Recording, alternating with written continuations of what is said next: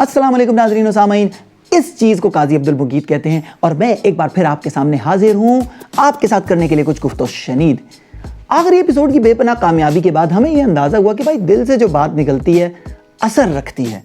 इसलिए अब से स्टाइल चेंज, अब से हम अपना मैसेज ऐसे ही कन्वे किया करेंगे और जो भी बात होगी वो दिल से हुआ करेगी। आज का टॉपिक बहुत ही इंटरेस्टिंग होने जा रहा है बिकॉज आज हम बात करने जा रहे हैं रमज़ान और हमारी हरकतों की तरफ।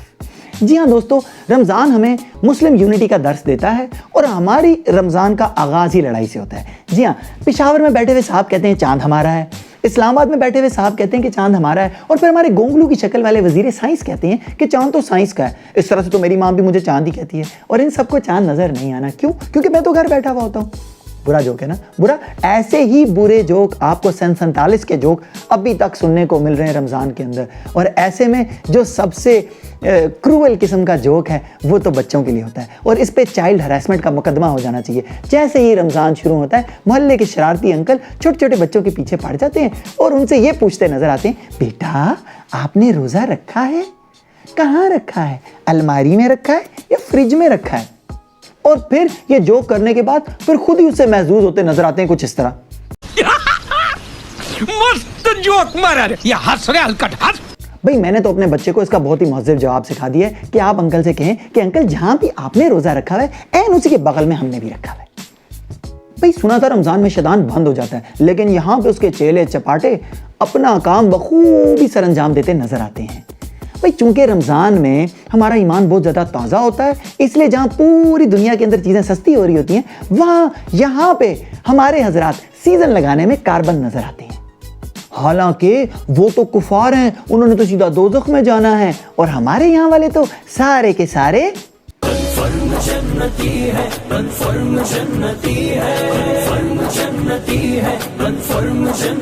जन्नत और दोज़ख के टिकट तो हम जेब में लिए ऐसे फिर रहे होते हैं और ऐसे बांट रहे होते हैं जैसे उधर के दरोगा से हमारी अपनी को सलाम दुआ है। ज़ख़ीरा अंदोज़ी, मुनाफाखोरी, गलत माल टकरा के मामू बनाना और नाप तोल में कमी करना हमारे चंद मशागल हैं। और उसके बाद रात को तरावी के अंदर अपने सरकर्दा गुनाहों की गिड़गिड़ा के माफ़ी मांगना। सुभान अल्लाह। रमज़ान के अंदर शाम के वक़्त बाज़ारों में जो जम्मे गफ़ीर होता है उसको देख के ही हम अपने ईमान के टेम्परेचर का अंदाज़ा लगा सकते हैं। और चूंकि रमज़ान हमें सब्र का दर्स देता है इसीलिए हम वही नहीं करते। गुस्सा हमारी नाक पे रहता है और किसी की भी दिल आज़ारी करने में हम देर नहीं लगाते। ऐसे में एक किस्सा आपके गोश गुजार करता हूँ कि बाहर जाने का इत्तफाक हुआ दही लाने के लिए, तो वापसी पे आ रहा था कि रॉन्ग साइड से एक मोटरसाइकिल सवार एन हमारी गाड़ी के सामने तशरीफ़ लाए और सर्कस के कुछ करतब करना शुरू हो गए। ऐसे में हमारे हुसान खता हो गए, लेकिन हमने अपनी पेशा वराना महारत दिखाते हुए उनको बचा लिया। ऐसे में अभी सांस बहाल की ही थी कि समातों से एक आवाज़ टकराई, ओए चश्माटू। I mean how original is that? ये टर्म तो पिछले 15 सालों में मेरे कानों ने नहीं सुनी थी। भाई इसके बाद तो ये बोल देता कि चार चार आंखें फिर भी नजर नहीं आ रहा। आप यकीन कीजिए उन भाई साहब ने यही फरमाया। इसके बाद हमें अंदाजा हुआ कि ये कोई मसले की बात नहीं है, भाई का सेंस ऑफ ह्यूमर तो 90s में ही अटक के रह गया है। उसके बाद हमने उनसे इल्तिजा की और उनकी गलती की निशानदेही की, तो वो हमसे कुछ यूं गोया हुए, वो हमें मड़गलू तफे ना खाई कि नहीं, पहलू ही में रोजा रखे हुआ। क्यों? मतलब समझ नहीं आया? कोई मसला नहीं।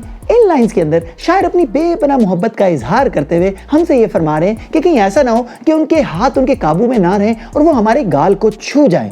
और चूंकि उन्होंने अल्लाह की ज़ात के ऊपर एहसान करके रोज़ा रखा हुआ है तो कहीं उनका रोज़ा खतरे में ना पड़ जाए। जी दोस्तों, हमने रोज़ा ऐसे ही रखा हुआ होता है जैसे अल्लाह की ज़ात पे कोई बहुत बड़ा एहसान किया हुआ है। ये कौम वैसे ही सुस्तुल वजूदुल काहिल वाक़ हुई है। ऐसे में रमज़ान में इनको ना एक पका पकाया बहाना मिल जाता है कि भाई मैंने तो कोई काम नहीं करना क्योंकि मैंने रोज़ा रखा हुआ है। तो भाई आपने रोज़ा रखा हुआ है तो क्या करें? आपको सितारे बिसालत दे दें या फिर मस्जिद में ऐलान करवा दें कि शकील भाई ने आज रोज़ा रखा हुआ है, इनसे कोई काम ना लीजिएगा। आधी से ज़्यादा कौम पूरा रोज़ा सो के गुजार देती है और ऐन अफ्तारी से पहले सलमान खान की तरह एंट्री मारती है दस्तरखान के ऊपर। अब आते हैं रमज़ान से हमारी वालेहाना अकीदत की तरफ। जी हाँ दोस्तों, जैसे ही रमज़ान शुरू होता है सबसे पहले तैयारी शुरू हो जाती है कि रमज़ान को कैसे गुजारना है, रोज़े को कैसे गुजारना है, और फिर वाकई रोज़ा गुजर जाता है। सहरी के फौरन बाद ख्वाब खरगोश के मज़े लेना ताकि गुनाहों से बचा जा सके। व्हाट एन आइडिया सर जी। कुछ हजरात अपने कंप्यूटर और लैपटॉप्स को हर तरह के मवाद से भर लेते हैं ताकि रोज़ा गुजारा जा सके। मुख्तलिफ किस्म के सीजन्स का इंतखाब होता है। इस चीज़ का तयन किया जाता है कि कौन सा सीज़न रमज़ान में देखना अल हलाल है और कौन सा सीज़न देखना अल हराम है। कुछ लोग रातों को क्रिकेट और फुटबॉल ग्राउंड के अंदर बाजमात तरावी और उसके बाद तहज्जुद का इंतजाम करते हुए नजर आते हैं। कुछ नौजवान रातों को पबजी के ऊपर कश्मीर आजाद कराते हुए नजर आते हैं और जो बाकी कौम बचती है वो ऐन तरावी के टाइम पे ठक्की टिकी करती नजर आती है और ये डिसाइड करने में लगी होती है कि 5 तोले सोने की डील लेनी है या नहीं लेनी। अबे चुप, क्या ले ले, ये लेले वाली ईद नहीं है, लेले वाली ईद अगली है। और फिरदौस की लॉन तो ऐसे बट रही होती है जैसे फिरदौस ने खुद ईद के ऊपर कुछ नहीं पहनना। पूरी उम्मत मुस्लिमा तुक्के लगाने में मसरूफ अमल होती है। अब जरा तरावी के हालात भी देख लीजिए भाई। सबसे पहले तो हमारी कोशिश ये होती है कि कोई टर्मिनेटर टाइप मौलवी हमें मिल जाए जो हमें इस तरह से तरावियां पढ़ाए।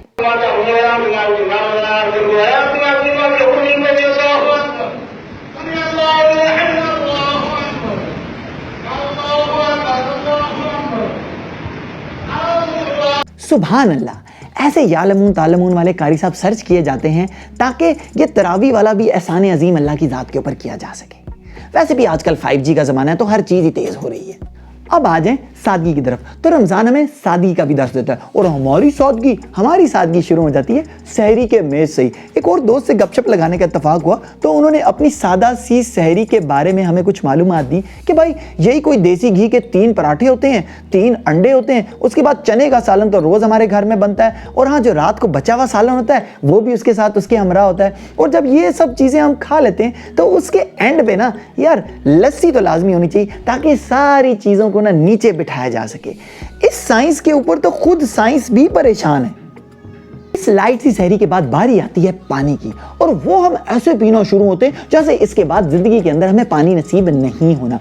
ऊंट के बारे में सुना था भाई कि वो 40 दिन का पानी स्टोर करके चलता है क्योंकि उसने सहरा में दुड़कियां लगानी होती है। तो भाई अगर वो सहराई घोड़ा है तो हम भी तो पाकिस्तानी गधे हैं, हमने भी तो 40 साल का पानी स्टोर करना होता है अपने साथ। और पानी के ऊपर ये हमला अफ्तारी के वक्त भी जारी रहता है। अफ्तारी की प्लेट में जो हम केटू का पहाड़ खड़ा करते हैं उसकी कोई मिसाल नहीं मिलती और फिर उस पहाड़ को सर करने के बाद उठ के चलना तो दरकिनार अपनी जगह से उठना मुश्किल हो जाता है।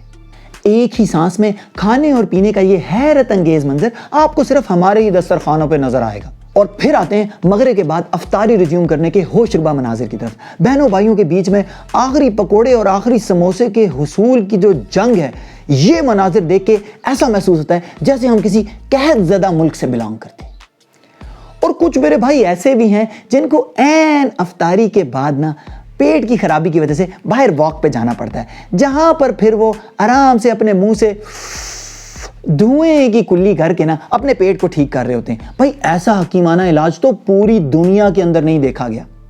इन ऑल सीरियसनेस हमें अल्लाह ताला का बेहद शुक्र अदा करना चाहिए कि हमें अल्लाह ताला ने एक बार फिर ये रहमतों और बरकतों वाला महीना अता किया है। आप में बहुत सारे लोग ऐसे होंगे जिनके बहुत सारे जानने वाले जो पिछले रमज़ान के अंदर मौजूद थे इस रमज़ान के अंदर मौजूद नहीं है। अल्लाह ताला ने आपको एक बहुत अच्छी अपॉर्चुनिटी दी है कि हम अपने गुनाहों को इसके अंदर माफ़ करवा सकें। एक हदीस का मफ़हूम भी है कि जिस आदमी को ये महीना मयसर आया और वो अपने गुनाहों को माफ़ नहीं करवा सका तो वो बड़ा ही बदनसीब है। तो क्या आप उन बदनसीब लोगों की फहरिस्त में शामिल होना चाहते हैं? क्योंकि हमें ये नहीं पता कि हमारी अगली सांस है भी या नहीं भी, तो इस रमज़ान को ऐसे ही गुजारें जैसे ये आपका आखिरी रमज़ान हो। इबादत का तसलसल बरकरार रखें, कुरान करीम की तिलावत, नमाज़ों का एहतमाम, रात को क़याम का एहतमाम, तरावी का एहतमाम ज़रूर कीजिए और अपने इखलाक को बदलने की कोशिश कीजिए। ये महीना एक बहुत अच्छी अपॉर्चुनिटी है आपके लिए कि हम अपने अंदर एक मस्बत तब्दीली लाने की कोशिश करें। रमज़ान हमें जिन जिन चीज़ों का दर्स देता है, पेशेंस का, रमज़ान हमें दर्स देता है भाईचारे का, रमज़ान हमें दर्स देता है एक दूसरे की मदद करने का। अपने इर्द गिर्द देखिए बहुत सारे ऐसे लोग हैं जिनका दस्तरखान आपकी तरह भरा हुआ नहीं है, तो उन तक पहुंचने की कोशिश कीजिए, उनकी मदद करने की कोशिश कीजिए। अल्लाह ताला हमारे सारे गुनाहों को इस महीने, इस पाक महीने की बरकत से माफ़ फरमाए और हमें सीधे रास्ते पे चलने की तौफीक अता फरमाए। आमीन सुम आमीन। तो भाई उम्मीद है आपको आज का शो पसंद आया होगा। यार ये बड़ी ज़्यादती की बात है, यहाँ पे आते हो, मज़ा भी लेते हो, वीडियो भी देखते हो और लाइक के बटन को टुक नहीं करते, फौरी तौर पे वो काम कर दो। और भाई जिन लोगों ने इस वीडियो को 10 लोगों को शेयर किया, उनका महबूब 10 दिनों में उनके कदमों में। और अभी तक अगर किसी ने सब्सक्राइब नहीं किया हुआ तो यार यहाँ खब्बे सजे अभी मेरी बूथी बनी हुई आपको नजर आएगी, कान के नीचे एक धर दीजिए, बेहतरीन तरीके से सब्सक्राइब हो जाएगा। तो भाई अगले शो में एक नए टॉपिक के साथ आपके सामने फिर हाजिर हो जाएंगे। तब तक के लिए खुश रहिए, अपने इर्द गिर्द खुशियां बांटिए, अपने वालिदैन का खास ख्याल रखिए और अपने होस्ट को दीजिए इजाजत। This is me Qazi Abdul Muqeed signing off from yet another episode of Gufto Shunid. अल्लाह हाफिज, पाकिस्तान पाइंदाबाद।